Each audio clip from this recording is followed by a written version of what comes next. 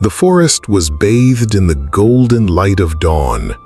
Dewdrops clung to the leaves, glistening like little diamonds as the first rays of sunlight pierced through the canopy.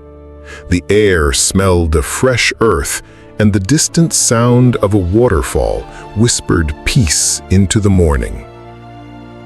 In this forest lived Navi, a gentle young deer with soft brown fur and eyes as deep as the night sky. She was graceful, quick, and admired by all for her beauty. But Navi had one constant companion, a small, bright yellow bird named Pico. Pico wasn't big, strong, or flashy. His wings were worn, his voice wasn't the sweetest, but he had a heart that beat for only one thing: Navi's safety and happiness. They were an unlikely pair. While Navi roamed the meadows for the sweetest grass, Pico always flew ahead to scout for danger. When storms came, Pico would guide her to the safest shelter. When predators lurked, Pico's sharp eyes and quick warnings always saved her. But like many in life, Navi had grown so used to Pico's care that she never truly thought about it. She never questioned how much effort he made, nor did she realize that not everyone in life stays by your side without reason. One crisp autumn morning, a herd of deer from a neighboring valley came visiting. They were tall, strong, and full of stories about green meadows far beyond the hills. Meadows richer and sweeter than anything Navi had ever tasted. One buck in particular, named Rovan, caught her attention. His antlers were grand and polished, his voice deep and confident. He laughed easily and spoke of adventures and freedom. No boundaries, no limits, no clingy little birds constantly hovering around. That last remark made Navi chuckle. She looked at Pico, who was perched above on a branch, quietly listening. "Pico's just protective," Navi said. "Overprotective," Rovan replied with a grin. "You're a deer, Navi. You were born to run wild, not be shadowed by a little bird every step of the way." The other deer laughed lightly, and Navi felt a strange warmth in her chest, a feeling of wanting to belong with them, to be seen as more than a fragile creature under constant watch. In the days that followed, Navi began spending more time with Rovan and the visiting herd. They wandered deeper into the forest, telling stories, running races, and exploring places Pico never approved of. "Navi," Pico would say, fluttering beside her, "this part of the forest is dangerous. Wolves hunt here at dusk." "Pico, you worry too much," she'd sigh. "I'm not a fawn anymore. I can take care of myself." Each time Pico warned her, she brushed it off. Each time Pico tried to fly ahead to scout, she told him to relax. And each time, Pico's little heart grew heavier. One evening, Rovan announced that they would travel beyond the hills to the legendary meadow. It would take them deep into unfamiliar territory, far from Navi's usual paths. Pico, alarmed, landed right in front of her. "Navi, please, listen to me. That area is home to the Shadow Pack. They hunt in silence. If you go, you may not come back." Rovan rolled his eyes. There it is again, the endless fear.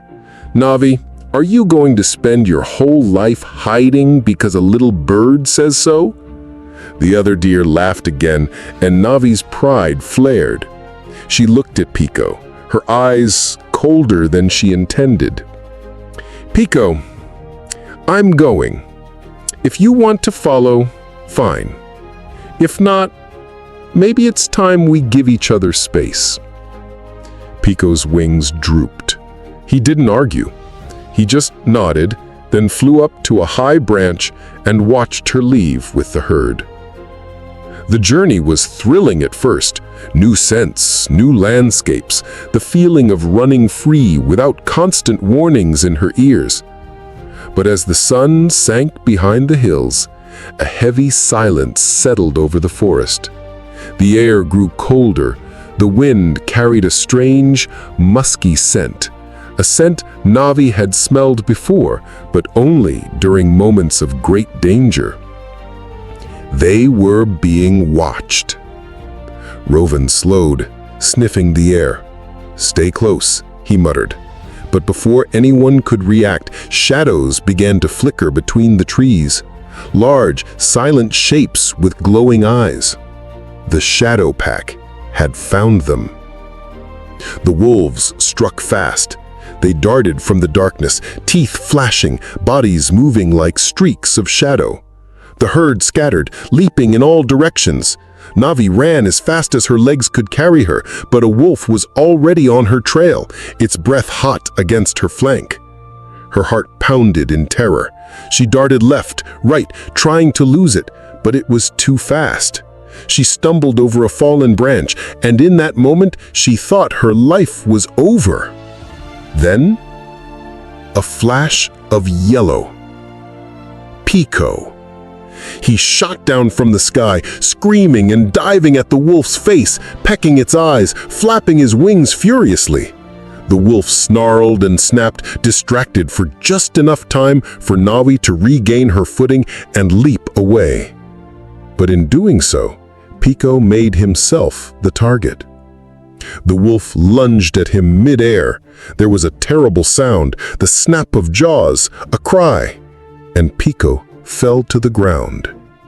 "Navi, run!" he gasped, even as pain twisted his tiny body. But Navi couldn't move. Tears blurred her vision. She kicked at the wolf with all her strength, forcing it back just long enough to grab Pico gently in her mouth and flee. The forest became a blur of dark trees and pounding fear. She didn't stop until she reached the safety of her familiar meadow. She lay Pico down in the grass.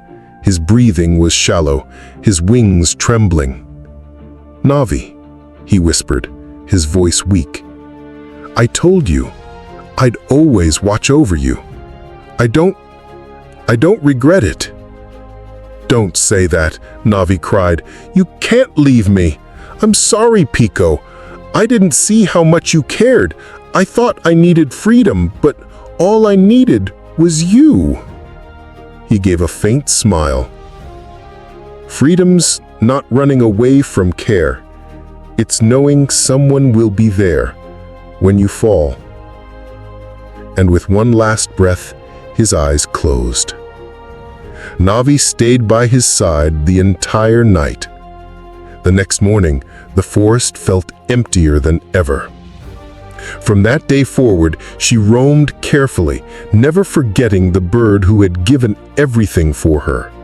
She told every young fawn about Pico, the small friend with the biggest heart, and warned them, never ignore the ones who truly care for you.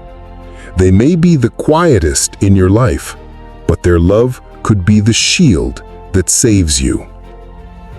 This story teaches us, in life, we often take for granted those who protect, guide, and care for us until they are gone. Don't wait until it's too late to appreciate them.